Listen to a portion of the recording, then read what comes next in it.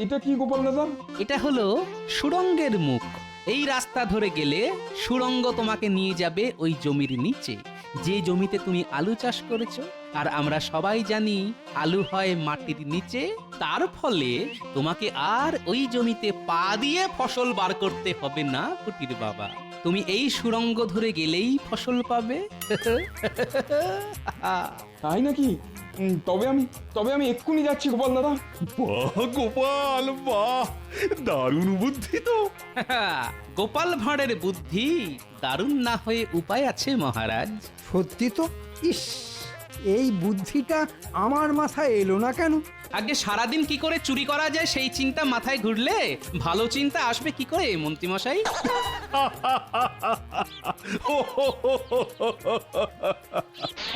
এই দেখুন মহারাজ, আমার চাষ করা ফসল। এবার এগুলো বাজারে বিক্রি করে আমি সংসার চালাতে পারবো। আমার ছেলে মেয়েগুলো খেয়ে পড়ে বাঁচতে পারবে। ধন্যবাদ, ধন্যবাদ মহারাজ। সব হয়েছে এই গোপালের জন্য, তাই ধন্যবাদ দিতে হলে আমাকে নয়, গোপালকে দাও। একজন সৎ কর্তব্যপরায়ণ রাজ্যবাসী হিসেবে এ তো আমার কর্তব্য মহারাজ।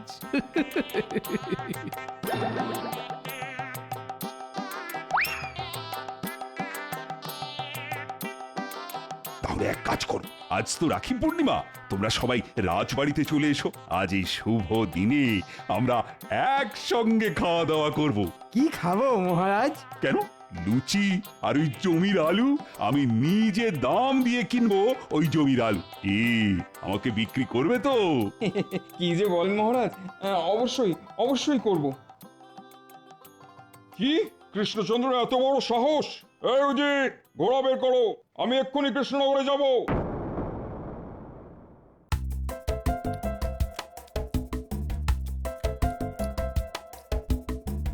তোমাকে আর দুটো লুচি দিই গোপাল? দুটো কেন, যে কটা হাতে ওঠে সে কটাই দিন। এই কৃষ্ণচন্দ্র, তোমার এত বড় সাহস! তুমি আমার বারণ সত্ত্বেও ওই জমির ফসল বার করলে।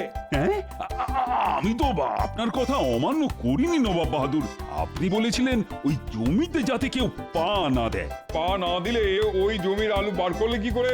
আগে শুধু আলু বাড়ি করিনি নবাব বাহাদুর, সেই আলু দিয়ে বানানো আলুর দম আর লুচিও খাচ্ছি। দেখেছেন জাহাপানা, কত বড় সাহস! আমি জানতে চাই কি করে জমিতে পা না দিয়ে তোমরা এই কাজ করলে। এ তো জলের মতন সোজা নবাব বাহাদুর। নবাব বাহাদুর, এই টেকো গোপালের বুদ্ধিতে সবই সম্ভব। ওই আলু চাষ করা জমির ঠিক পাশে একটা সুড়ঙ্গ খুঁড়লাম, আর সেই সুড়ঙ্গ দিয়ে ঢুকে জমির নিচ থেকে আলু বের করে নিয়ে এলাম। হ্যাঁ, হ্যাঁ নয় হ্যাঁ। বাপ রে বাপ, দারুণ বুদ্ধি তো তোমার গোপাল। তাহলে আসলে আমি কপাল করে একটা গোপাল পেয়েছি, কি বলে নবাব বাহাদুর? সে তো বটেই, সে তো বটেই। গোপাল শুধু কৃষ্ণনগরের গর্ব নয়, গোটা বাংলার গর্ব। আমার একটা অনুরোধ আছে আপনাদের কাছে। আপনাদের এই পায়ে পা দিয়ে ঝগড়া বন্ধ করে রাখি পূর্ণিমার এই পবিত্র দিনে আপনারা একে অপরকে কাছে ডেকে নিন না, তাতে বাংলারই ভালো। এই কথাটা তো মন্দ বলনি। কই কই কই, রাখি দাও আমাকে, আমি কৃষ্ণচন্দ্রকে রাখি পরিয়ে দিতে চাই। এই আমি কৃষ্ণচন্দ্রের হাতে রাখি বাঁধলাম। আজ থেকে সমস্ত ঝগড়া বন্ধ। আর উপহার হিসেবে আমি ওই এক কাঠা জমি কৃষ্ণচন্দ্রকে দিলাম। এবার খুশি তো? খুব খুব খুশি। যাক, সব ভালো তার, শেষ ভালো যার। ওদিকে গিন্নিও খুশি, এদিকে মহারাজও। রানীমা, আরে আমাকে আর কটা লুচি দিন।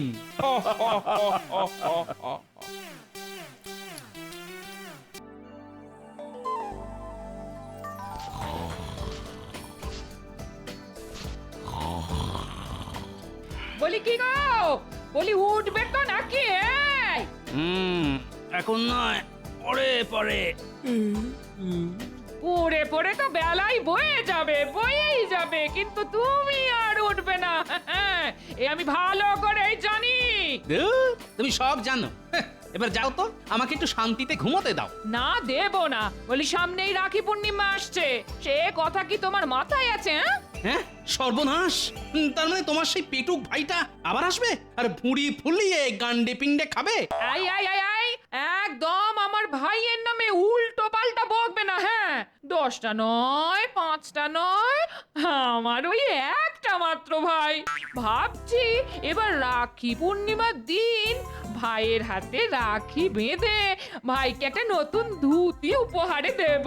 যাও না, যাও না, বাজার থেকে একটা ভালো ধুতি কিনে নিয়ে এসো না। শোনো, এখন না কাছে পয়সা কড়ি নেই গিন্নি। সে কোন সময় থাকে শুনি? এক কাজ করো, তুমি বরং মহারাজের কাছে গিয়ে কিছু পয়সা করে চেয়ে আনো। কিন্তু কিন্তু ভাইকে আমি খালি হাতে ফিরিয়ে দিতে কিছুতেই পারবো না, বলে দিলাম। আরে আরে আরে গিন্নির ভাইয়ের জন্য ধুতি কিনতে গিয়ে আমার গামছা খুলে যাওয়ার উপক্রম হলো দেখছি। এবার কি করি?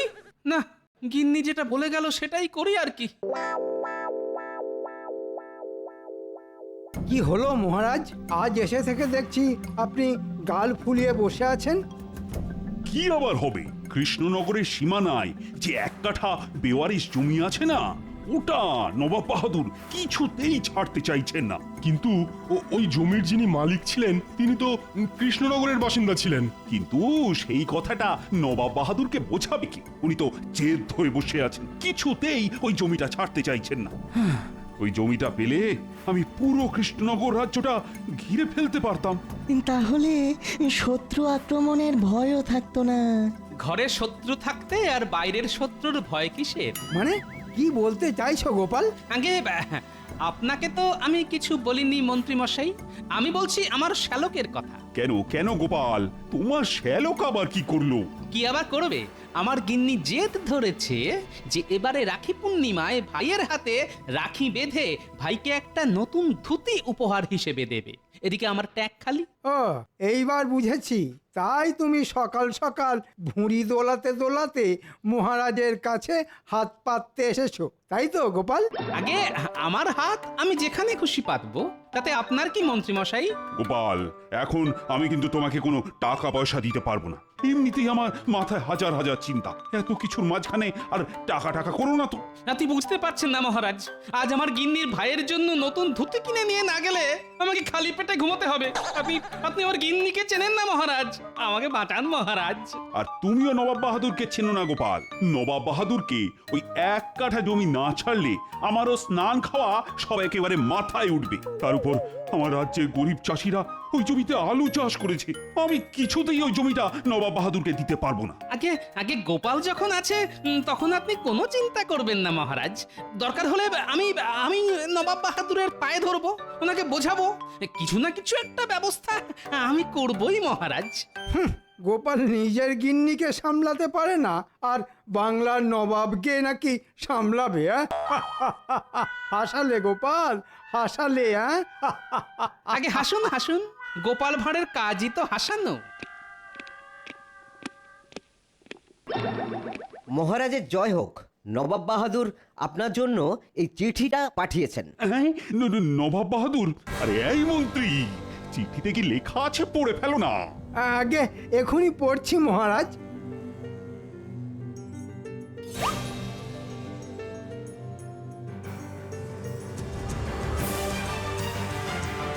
সর্বনাশ, নবাব বাহাদুর লিখেছেন আগামী পূর্ণিমার মধ্যে কৃষ্ণনগরের সীমানায় যে এক কাঠা জমি আছে ওটা ওনার নামে লিখে না দিলে উনি আপনাকে বিরিয়ানির হাঁড়ির মধ্যে ঢুকিয়ে সেদ্ধ করে দেবেন।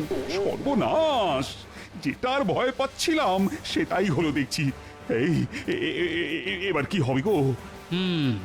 যে করেই হোক মহারাজকে এই বিপদ থেকে উদ্ধার করতেই হবে। মহারাজ খুশি হলে আমার ট্যাগ আবার ভরে যাবে। মহারাজ খুশি, গিন্নিও খুশি, আর আমার শান্তি। মহারাজ, আর কোনো উপায় নেই, আপনি বরং জমিটা ছেড়ে দিন। না মহারাজ, তার আগে আমি একবার আমাদের নবাব বাহাদুরের সঙ্গে কথা বলতে চাই। নবাব বাহাদুর যা এক গুঁয়ে লোক, ওনাকে বুঝিয়ে রাজি করানো আর ওই হাতিকে আলোয়ান পরানো একই ব্যাপার। আর গোপাল ভাঁড়ও কম যায় না রাজবৈদ্য। বেশ বেশ, তাই হবে। আমরা তাহলে কালই সকাল সকাল রওনা দেব।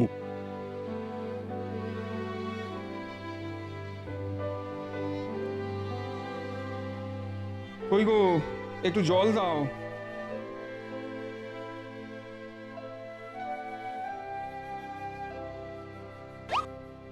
এবার আলু চাষ কেমন হচ্ছে গো? দুটো পয়সা কড়ির মুখ দেখতে পাবো তো? চাষ তো ভালোই হচ্ছে, আলুর ফলনও ভালোই হবে আশা করি, কিন্তু জমিটা কতদিন থাকবে সেই হলো চিন্তার বিষয়। কেন কেন? মহারাজ তো নিজে তোমাকে অনুমতি দিয়েছে ওই জমিতে চাষ করার। সে হলেও ওই জমিটা নিয়ে মহারাজ আর নবাব বাহাদুরের মধ্যে অনেক দিন ধরেই টানাটানি চলছে। এই তো কদিন আগেও নবাব বাহাদুর লোক পাঠিয়েছিলেন জমিটা কি অবস্থায় আছে সেটা দেখার জন্য। ওই জমিটা চলে গেলে আমাদের যে পথে বসতে হবে। হায় হায় হায় হায় ভগবান, আমাদের দিকে একটু মুখ তুলে তাকাও।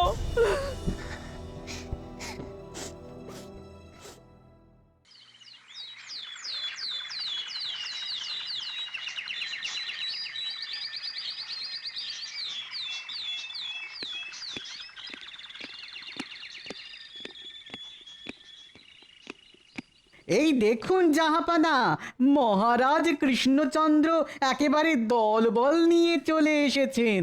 এসো এসো কৃষ্ণচন্দ্র এসো, ওই জমিটা আমার নামে লিখে দিতে এসেছো বুঝি? না মানে আপনি আরেকবার একটু ভেবে দেখুন নবাব বাহাদুর, ওই জমিটা পেলে আমার কতটা উপকার হবে। উপকার তোমার হবে তাতে আমার কি? আর তুমি প্রজাদের ওই জমিতে চাষ করার অনুমতিও দিয়েছে শুনলাম। তোমার রাজ্যের এক প্রজা ওই জমিতে আলু গাছ বসিয়ে আলু চাষও শুরু করেছে। কি ভেবেছিলে কৃষ্ণচন্দ্র আমি কিচ্ছু জানতে পারবো না? না না আমি মানে নবাব বাহাদুর, ছোট মুখে বড় কথা, তাও বলি, ঝামেলা না করে আলোচনা করে সব মিটিয়ে নিলে হয় না? দেখেছেন জাহাপানা, মহারাজ কৃষ্ণচন্দ্র যেই বিপদে পড়েছে অমনি গোপালকে বগল দাবা করে নিয়ে এসেছে। আলোচনা মানে কিসের আলোচনা? এই এই যেমন জমিটা যেমন আছে তেমনই থাক, ওই জমিতে যা চাষবাস হবে তার অর্ধেক নেবেন আপনি আর অর্ধেক নেবে মহারাজ। ভালোই বুদ্ধি ফেলেছো কৃষ্ণচন্দ্র, তাই গোপালকে সঙ্গে এনেছো। তবে আমিও ছেড়ে দেবো না বুঝলে। দেখুন না নবাব বাহাদুর, যদি আলোচনা করে সব মিটিয়ে নেওয়া যায় তাহলে ভালোই হয়। আপনি যে প্রস্তাব দেবেন আমরা তাতেই রাজি, শুধু জমিটা যেমন আছে তেমনই থাকবে। তাই নাকি? আমি যে প্রস্তাব দেবো তাতে তোমরা রাজি? বাহ বাহ বাহ বাহ বাহ। তাহলে শোনো কৃষ্ণচন্দ্র, আমি চাই ওই জমিতে কোনো মানুষ যেন পা না দেয়। ওই জমি আমি না পেলে কাউকে পেতেও দেবো না। হ্যাঁ, এ আবার কেমন প্রস্তাব নবাব বাহাদুর? কেন কেন, একটু আগেই তো তোমার মন্ত্রী বলল আমি যে প্রস্তাব দেবো তোমরা নাকি তাতেই রাজি। আগে তাই হবে নবাব বাহাদুর, আমরা কেউ ওই জমিতে পা দেব না, কিন্তু ওই জমিতে আমাদের রাজ্যের এক গরিব প্রজা আলু চাষ করেছে, তাকে যদি আপনি অনুমতি দেন, যতদিন না ফসল ফলছে ততদিন ওই জমিতে পা দেওয়ার, তাহলে খুব উপকার হয় নবাব বাহাদুর। না না না না, আমি এক কথার মানুষ। আমি যখন বলেছি তখন আজ থেকে ওই জমিতে কেউ পা দেবে না মানে কেউ পা দেবে না। কথার খেলাপ হলে আমি কিন্তু ওই জমি কেড়ে নেবো, এই বলে দিলাম। আচ্ছা, মুশকিল তো। পুটির বাবা ওই জমিতে এত টাকা খরচা করে আলু চাষ করেছে, ফসলের মুখ না দেখলে যে ওদের পরিবারটা পথে বসবে। এদিকে নবাব বাহাদুরও জেদ ধরে বসে আছেন।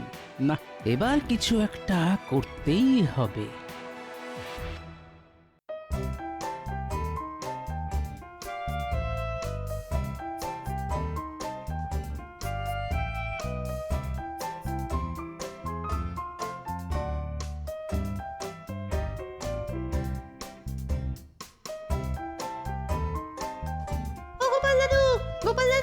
এই তোদের গোপাল দাদু বাড়িতে নেই। কোথায় গেছে গোপাল দাদু? তোদের গোপাল দাদু মহারাজের সঙ্গে মুর্শিদাবাদে গেছে। আর তোরা চারজন কেন? মুটিকে দেখছি না তো। ওই জন্যই তো আমরা গোপাল দাদুর কাছে এসেছি দিদা। পুটি বলেছে এবার নাকি ও আমাদের রাখি পরাবে না। সে কি? পুটির আবার কি হলো? কারবার কি হয়েছে? পুটির গো পুটির, পুটি বলছে এবার নাকি ও রাখি পরাবে না। এই ন্যাপলা, গুলটে, ন্যাপা, পুচকে, তোরা কিছু বলিসনি তো পুটিকে? না গোপাল দাদু, আমরা কিচ্ছু বলিনি। চল তো একবার কি দেখে আসি পুটির আবার কি হলো।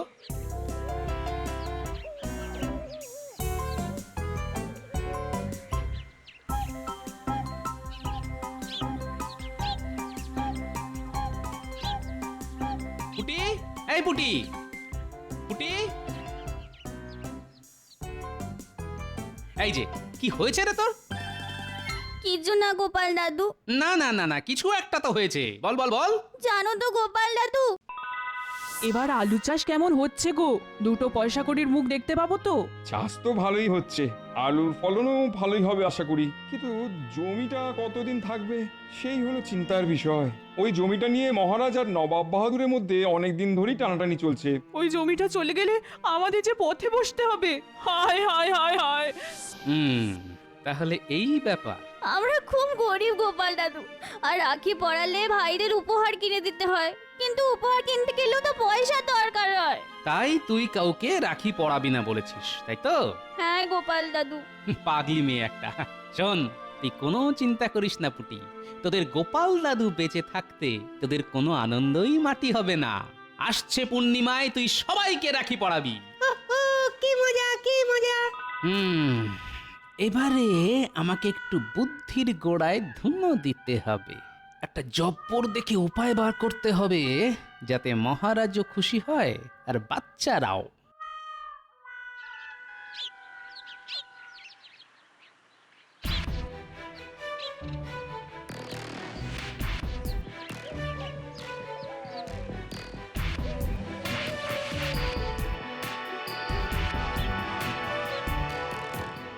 এই ওঠো ওঠো, এই জমি থেকে ওঠো। কেন উঠবো কেন? আপনারা কারা? আমরা নবাব বাহাদুরের প্রহরী। নবাব বাহাদুরের হুকুম, আজ থেকে যেন কেউ ওই জমিতে পা না দেয়। হ্যাঁ, তাই জমি পাহারা দেওয়ার জন্য উনি আমাদের পাঠিয়েছেন। এবার তাড়াতাড়ি জমি থেকে পা তুলে নাও, না হলে সারা জীবন কারাগারে কাটাতে হবে, এই বলে দিলাম। না না না, আমার ঘর সংসার বউ বাচ্চা আছে, আমি কারাগারে থাকলে ওদের দেখবে কে? আমি চলে যাচ্ছি, এক্ষুনি চলে যাচ্ছি।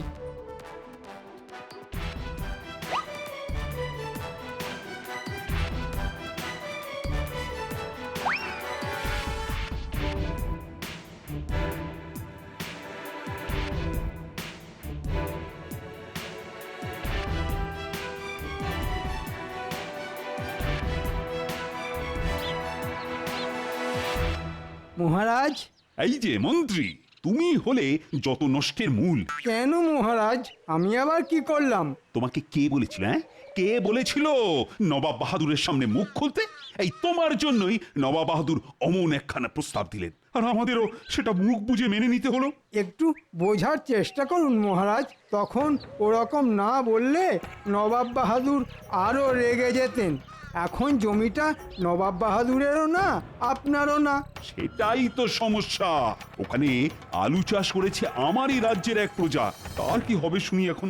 তার কথা বাদ দিন, জমির ঝামেলা মাথা থেকে নেমেছে এই অনেক। মহারাজ, আমাকে বাঁচান মহারাজ। তুমি তো ওই জমিতে আলু চাষ করেছিলে, কি তাই না? আগে হ্যাঁ মহারাজ, একটু আগে নবাব বাহাদুরের দুজন প্রহরী এসে আমাকে জমি থেকে পা তুলে নিতে বললেন, আর বললেন ওই জমিতে আর কোনোদিনও পা না দিই, তাহলে নাকি আমাকে সারা জীবন কারাগারে কাটাতে হবে। সে কি? এক কাজ করো, তুমি বরং চাষবাস ছেড়ে অন্য কোনো ব্যবসা শুরু করো। ওই জমিতে আর কোনো মানুষই পা দিতে পারবে না। অনেক কষ্ট করে ওই জমিতে আলু চাষ করেছি মহারাজ, ফসল তুলতে না পারলে যে আমার অনেক ক্ষতি হয়ে যাবে।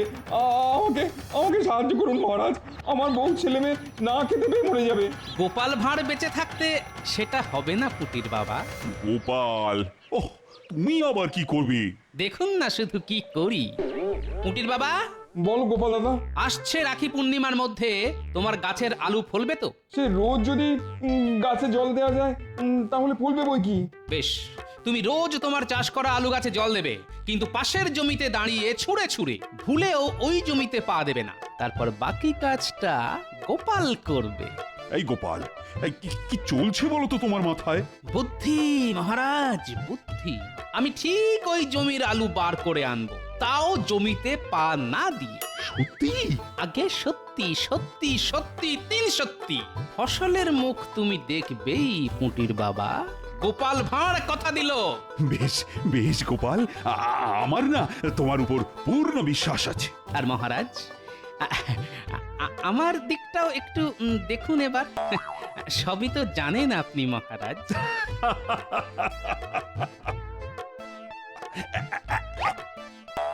এই না, এটা দিয়ে আপাতত কাজ চালাও, বাকিটা দেব কাজ হওয়ার পর।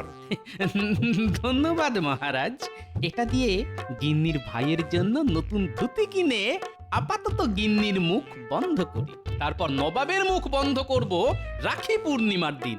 চলি মহারাজ। আপনি আবার গোপালের ফাঁদে পা দিলেন মহারাজ। গোপাল ওসব কিচ্ছু করবে না, ও আপনাকে বোকা বানিয়ে মোহন নিয়ে গেল। চুপ কর তো মন্ত্রী, বেশি বকবক করলে না তোমাকে ওই জমিতে ছেড়ে দিয়ে আসবো। তারপর নবাব বাহাদুর তোমার দুই ঠ্যাং খুলে যখন হাতে দিয়ে দেবেন তখন বুঝবে ঠেলা। ওরে বাবারে, না না না না না, আমি আর কিচ্ছু বলবো না।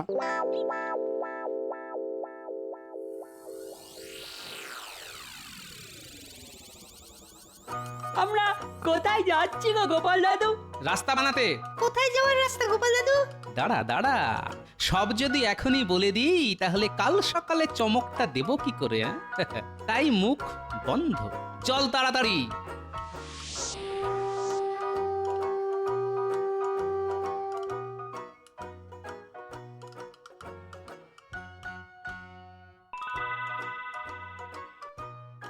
এই যে পুটির বাবা, তাড়াতাড়ি চলে এসো, আলু তুলতে যেতে হবে তো। হ্যাঁ, কি বলছো গোপাল দাদা? ওই জমিতে পা দিলে যে নবাব বাহাদুর আমাকে কারাগারে ঢুকিয়ে দেবেন বলেছেন। গোপাল থাকতে ওটি হবে না যে। এই গোপাল, আরে তুমি কি করেছো বলো তো? চলুন মহারাজ, গেলেই সব দেখতে পাবেন।